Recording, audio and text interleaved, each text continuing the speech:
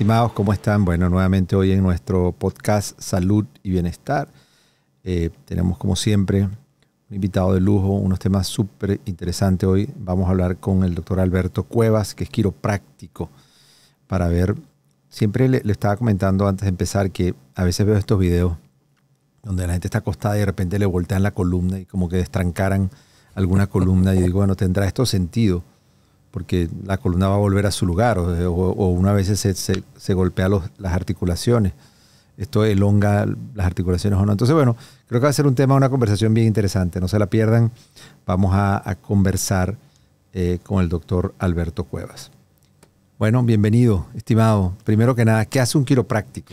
Un quiropráctico tratamos de quitar la presión sobre el nervio. Tratamos de manipular la coyuntura y poner en su lugar, el mejor lugar, para que el nervio pueda fluir perfectamente bien. Porque el nervio es la vida de nuestro cuerpo humano. Sin el nervio no existe nada. Entonces, es decir, que alguna articulación que de alguna forma está lujada o está fuera de lugar y que al estar fuera de lugar está comprimiendo alguna estructura, puede ser algún nervio que esté por fuera de la articulación. Exactamente, como algo simple, por ejemplo, el área carpal, la mano, que tenemos 8 huesitos. Entonces, uno de ellos, de tanto usar el teclado, por decir así, empieza con problemas carpales y se les empieza a adormecer el dedo, especialmente el del medio. Entonces, ahí tratamos de manipular la parte del huesito y quitar la presión a ese nervio y vuelve a su anatomía normal. O sea, ese nervio vuelve a fluir completamente bien. Es decir, que estaba de alguna forma comprimido por esta lujación. ¿Cuál es la diferencia entonces para entender entre un paciente que tenga un dolor o un problema lumbar, no lo sé, entre ir a un quiropráctico o a un médico especialista en fisioterapia o a un traumatólogo, un ortopedista? ¿Cuál sería la diferencia específica entre cada uno de ellos para que nuestra audiencia pueda en un momento decir, bueno, yo tengo esto, debería ir a un quiropráctico? ¿O cuál es la vía de referencia para llegar a un quiropráctico? ¿Es un médico especialista en fisioterapia quien lo manda a un quiropráctico o el paciente puede ir directamente a un quiropráctico? ¿Cómo es ese mecanismo? ¿Cómo funciona? El mecanismo es, cualquier paciente puede ir directamente con un quiropráctico. La diferencia con nosotros es que el traumatólogo utiliza medicina. Entonces, del lado de su rama de él, su dogma de él, que es la medicina, quizás tenga un lumbago o una radiculopatía, entonces le puede inyectar a la persona. El paciente puede recibir la inyección de nuestra parte, del fisioterapeuta, va a recibir ejercicios para cómo es mejorar, y de nuestra parte, cuando va a nuestro consultorio, le tomamos radiografías en la columna vertebral para ver cuál vértebra está siendo afectada, porque somos más específicos. Por ejemplo, puede ser una radiculopatía lumbar 1, lumbar 2 o lumbar 3, y así, hasta abajo, hasta el sacrum o sacrum 2. Entonces lo que hacemos nosotros es tomar radiografías, ver dónde está subluxado la persona, dónde está fuera de su lugar esa vértebra y acomodarla naturalmente. ¿Qué utilizamos? Las manos. De hecho, la palabra quiro, que es en griego, significa manos. De ahí viene la quiropraxia o quiropráctica. Entonces ustedes con estos movimientos vuelven a poner la vértebra en su lugar. ¿Y esa vértebra no se vuelve a salir? Sí, se vuelve a salir. O sea, ¿por qué se lujó? ¿Hay alguna laxitud en los tejidos? ¿Esa vértebra se sale? ¿Cómo es el proceso entonces? El proceso es que hay muchos factores. Por ejemplo, un niño que ya tiene el pie plano, por decir así, que camina con los pies hacia adentro. Obviamente, entre más camine con los pies hacia adentro, su cadera se va a empezar a lastimar más. Entonces va a tener más juego en la cadera porque su ligamento lo está estirando demasiado. Entonces las vértebras, que tenemos 4 curvas cervicales, 4 curvas, se van moviendo poco a poquito.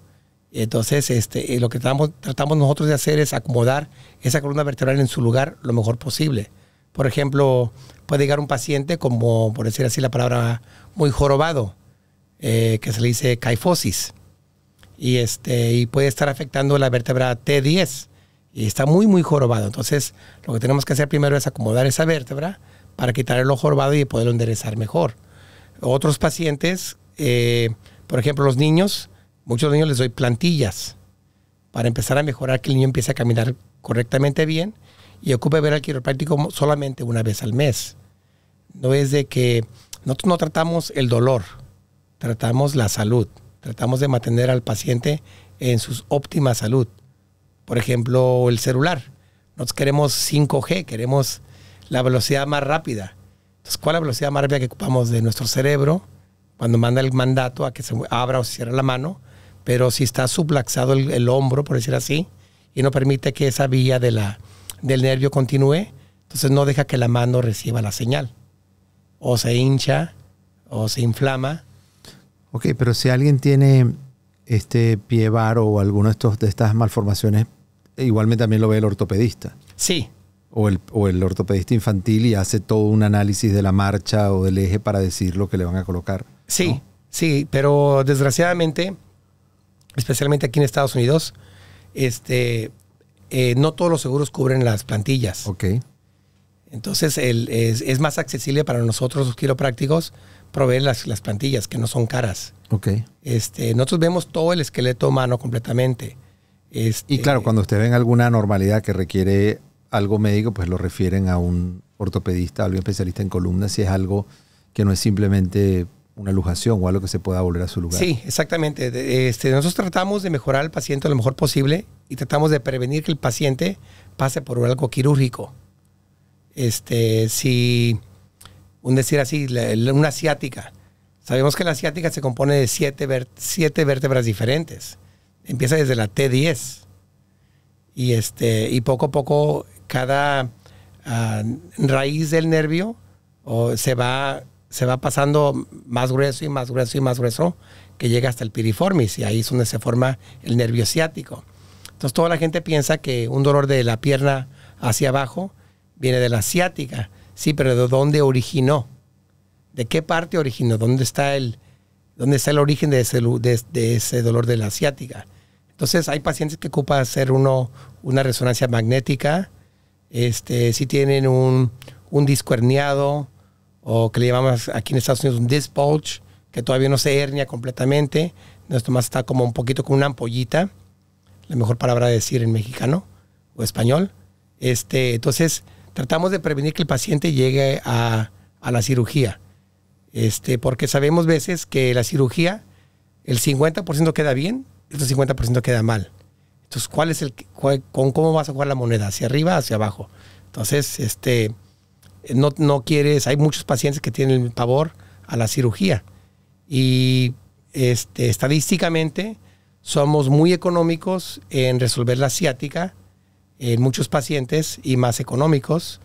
Y a la vez, cuando alguien se opera la columna vertebral, sí, hay veces que tengo pacientes que no los pude curar, no se pudieron mejorar, y su dolor estuvo completamente severo. Tienen, por ejemplo, unas hernias de disco muy severas, un disco que se está destruido, que está muriendo completamente el nervio, y sí, ocupa un ortopeda. Pero después de la cirugía también pueden volver con nosotros y podemos llevar las otras partes de las vértebras. Cuando a veces veo estos videos, me entra la duda, y tú ves la cara de la gente a veces en pánico, sí, de que esto pueda producir alguna consecuencia. Sí. Y a veces le ponen un micrófono y tú oyes como el crack, como cuando suenas que una articulación, tú mismo te suenas una articulación, que sientes que ese sonido de que la articulación se está como lujando o entrando en alguna posición. Sí. ¿Cuál es el riesgo de esos ejercicios, de esas maniobras que parecieran en un momento dado bruscas, y tú dices, wow, ¿cuál es el entrenamiento para hacer eso? ¿Cuáles son las consecuencias que puede producir hacer eso? Bueno, en primer lugar, para ser quiropráctico pasamos por muchas horas, más de 1,500 horas en manipulación. Primero es el tacto, saber dónde está la vértebra, saber palpar a la persona. Hacer exámenes ortopédicos para saber si está en lo correcto de que vamos a manipular a la persona y no la vamos a lastimar. Estadísticamente, en la aseguranza, un buen ejemplo, doctor. ¿Cuánto usted paga por su aseguranza de malpractice? No tengo ni idea. Ok. Yo pago la misma cantidad que cualquier médico paga por el malpractice insurance, que es de $5 millones. ¿Sí? Ellos mismos saben que la manipulación de un quiropráctico es la menos que te va a lastimar. Nosotros pagamos $1,100 por aseguranza al año. Ni un coche se cubre eso. Ni un coche te cubre $5 millones. Esa es la estadística que indica que el quiropráctico no te va a lastimar. Cuando un quiropráctico llega a lastimar a una persona, es como que le pegó la lotería a la persona, porque sale por todos lados, en la radio, en todos lados, porque no es nada común, completamente nada común. Y se comprueba con las aseguranzas, porque una aseguranza sabe, por ejemplo, un joven que maneja de 18 a 24 años, su póliza es más cara, porque es más probablemente de que esa persona va a chocar. ¿Sí? Interesante, no lo había visto de esa forma, pero evidentemente es un reflejo del nivel de riesgo, porque si no las aseguranzas les cobrarían una póliza mucho más elevada. Exactamente. ¿Qué es lo más común, qué es lo más frecuente que ustedes atienden dentro de las patologías?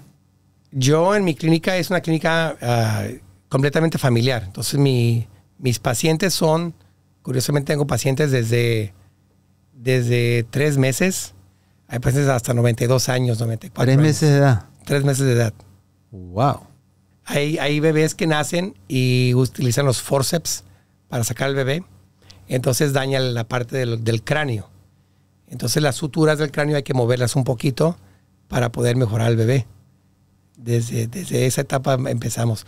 No se imaginen que vamos a torcer al bebé y lo vamos a manipular. No, yo no lo llevaría, sin duda. No lo llevaría, sino a que estén seguros de cómo le van a mover el cráneo. Pero son movimientos suaves de la sutura. No es nada de no se va a ver el crack como uno se lo imagina en TikTok. Claro, sí. Evidentemente sí, como lo ven como dramatizado en TikTok, evidentemente no será ese drama. Ahora, evidentemente comentabas que hay todo un espectro, pero ¿qué es lo más común de la patología que ustedes ven?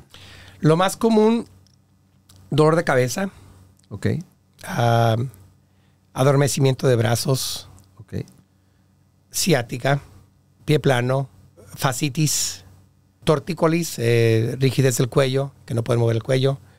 Últimamente, en los últimos 10 años he mirado que a base de tanto uso del celular, ya van más niños a mi clínica con más problemas del cuello, porque todos están completamente flexionados hacia abajo.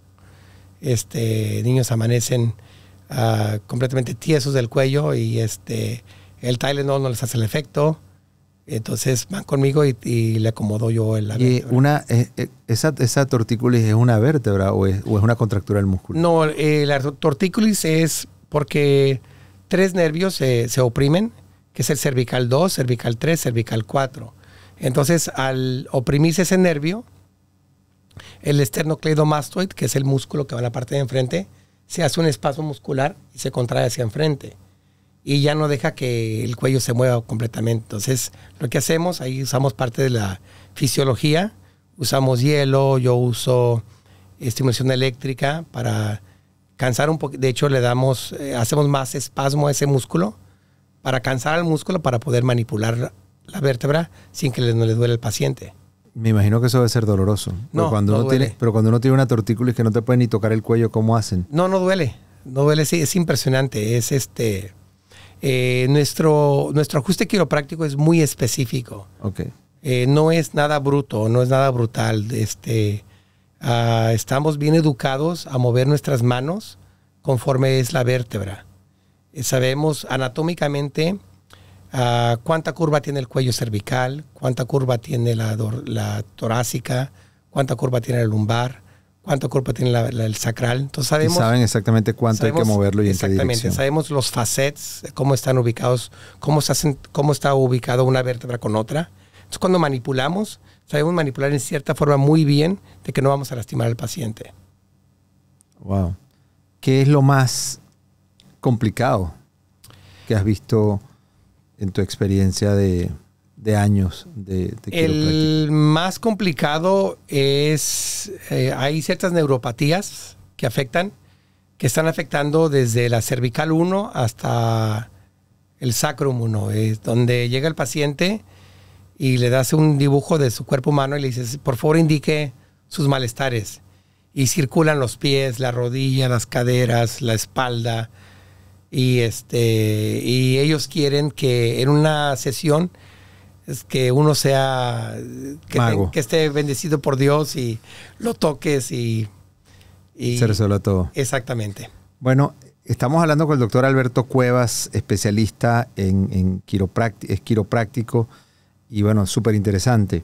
Tenemos que hacer un pequeño corte y ya volvemos con la interesantísima conversación.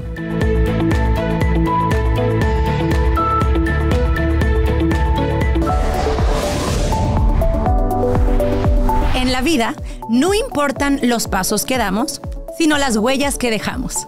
Es un placer darles la más cordial bienvenida a Inspirarte Podcast, un espacio para ti y para todos los que nos quieran escuchar, en donde podamos narrar, expresar, explorar, pero sobre todo empoderar las historias de los latinos que nos edifican dentro y fuera de nuestros países.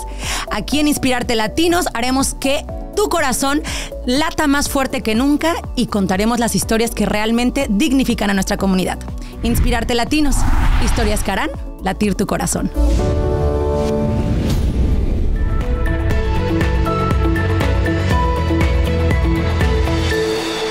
Bueno, amigos, estamos de vuelta en nuestro espacio de Salud y Bienestar con, como siempre les digo, un invitado de lujo. Estamos con el doctor Alberto Cuevas, especialista en quiropráctico, y estamos conversando qué era hacer quiropráctico, cómo se entrenaban, cuál era toda esta especialización para poder realmente hacer todos estos movimientos de descompresión de cuerpos vertebrales o articulaciones que estén produciendo dolor y están comprimiendo algún nervio.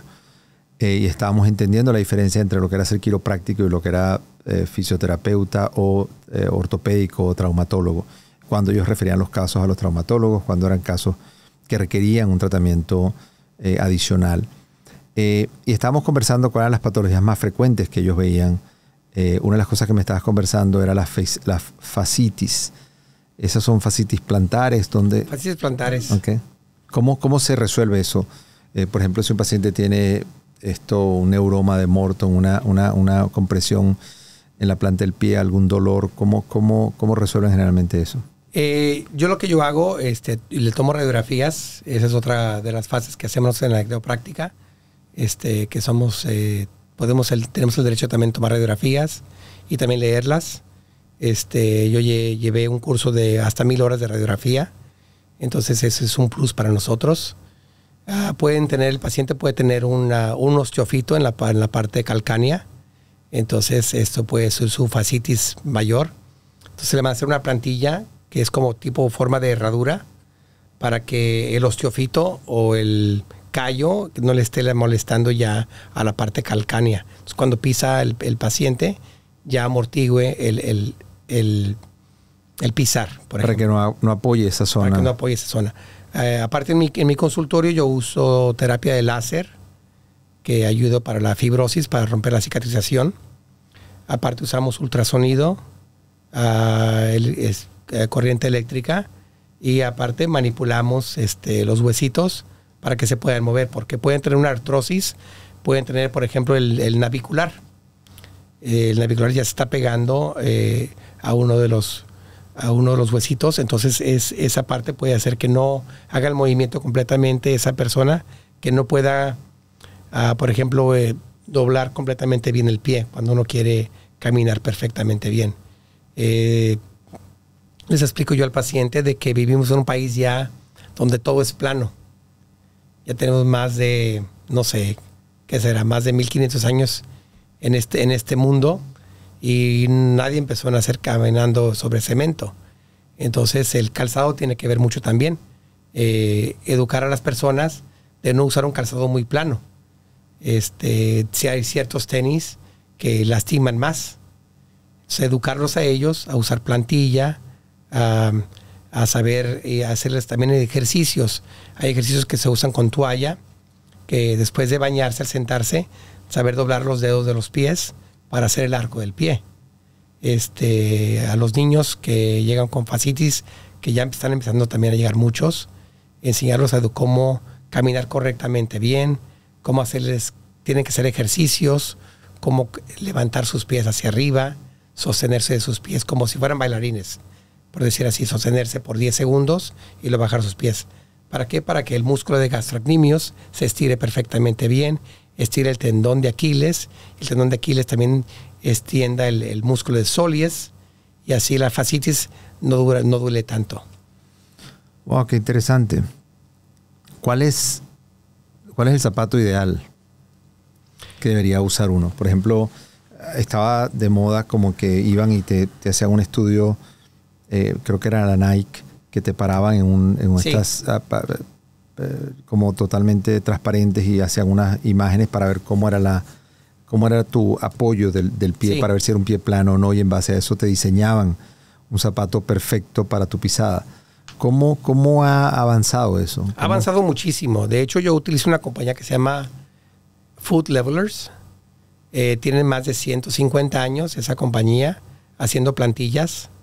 Entonces yo en mi consultorio tengo un scan de tercera dimensión y se escanean los pies. Entonces te mide hasta cuánto apoyo tienes en el pie izquierdo, cuánto apoyo tienes en el pie derecho, cómo está tu calcáneo en relación de movimiento, si está completamente plano o si está en supinación. Sí, entonces si está en supinación demasiado inclinado, entonces cuando se va a hacer la plantilla del talón se levanta un poquito y eso es la plantilla correcta para la persona.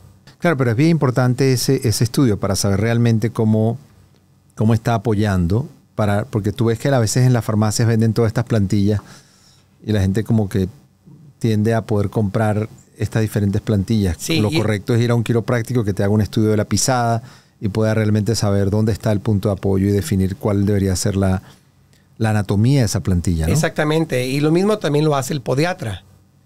También el podiatra también hace las plantillas. Okay. Lo que se está dando, ya uno cuenta, conforme ha avanzado la tecnología, es que el pie del arco tiene 4 fases para poder caminar. Desde que uno pone la planta del pie, desde que uno toca con el calcáneo, desde que baja completamente el pie, de cómo se colapsa el arco y cómo se impulsa el pie. Entonces tiene 4 arcos. Entonces las nuevas plantillas ya llevan 4 arcos. Las plantillas antiguas solamente tenían un solo arco. Agregaste otro tema a la conversación, los podiatras. Entonces, ¿qué hacen? Solamente ven pies. El podiatra solamente ve del tobillo para abajo, así. ¿Y qué hace él como entrenamiento? El podiatra para entrenamiento es del lado de la medicina. Entonces ellos ya hacen la cirugía, ellos corrigen. O sea, pero es un ortopedista que se dedicó solamente al pie. Solamente al pie. Pero inicialmente es un traumatólogo, un ortopedista dedicado al pie. Correcto. Okay. Wow. Interesante porque uno ve toda esta rama y saber exactamente a qué especialista debe acudir con una patología. Y uno a veces piensa que este tema de plantillas o algo, evidentemente hay que buscar un especialista, y si el dolor no cede o se requiere algo, usted evidentemente lo van a referir a un especialista para eso, ¿no? Sí, es lo bueno de mi consultorio. Yo traté de abrir mi consultorio y ser completamente familiar. Entonces yo cubro desde plantillas, desde suplementos vitamínicos, recomiendo al paciente qué comer, qué no comer. Por ejemplo, si llega muy inflamado, o mucha gente piensa que la obesidad es parte de la causa del dolor de espalda y se ha comprobado miles y miles de veces que no es cierto. Entonces le explico yo al paciente, no, vamos a hacer una dieta, vamos a hacer un cambio de dieta para ayudarte con tu inflamación. No comas más que te produzca cosas que te coma inflamación y deja que el ajuste quiropráctico te ayude. Entonces, de mi lado, por eso es una clínica familiar. Claro, pero ahora depende del grado de obesidad. Porque evidentemente si es una obesidad mórbida donde el paciente realmente le cuesta caminar, deambular, evidentemente eso es una sobrecarga al sistema musculoesquelético. Sí, pero si tiene unas piernas gruesas, entonces su peso va con sus piernas. Pero sí, si tiene un estómago completamente péndulo, grandote, y tiene unas piernas completamente delgadas, entonces sí, eso sí se va a atribuir a la persona que es su peso. Desgraciadamente, por ejemplo, un diabético, que es lo que suele pasarle más, que sus piernas se van poco a poco secando poco a poquito. Bueno, como decíamos, súper interesante, de lo bueno poco, simplemente los dejo con todas estas inquietudes. Por favor, compartan este material súper interesante. Hemos aprendido todos los ejercicios que hay que hacer, cómo cuidar y cuándo tenemos que ir a un quiropráctico. Así que bueno, ¿alguna recomendación final que quieras dar? Mi recomendación es que si nunca han ido con un quiropráctico, que por favor vengan y prueben nuestro tratamiento quiropráctico. Siempre busquen y asegúrense bien de que están viendo a un doctor diplomado, de que no vayan a ir con una persona que se hace pasar como quiroprácticos y a veces no son. Y ellos son los que nos hacen ver mal a nosotros porque los lastiman y piensan, todo el mundo se asusta que un quiropráctico lo lastimó. Entonces mi consejo de que nuestra rama está bien capacitada y que vengan por salud, y que vengan por salud, no antes de que les llegue el dolor y nos vean. Bueno, de nuevo, gracias doctor Cuevas por tan excelente y nutritiva conversación. Como siempre, un gusto. Por favor, compartan y guarden este material. Hasta el próximo episodio.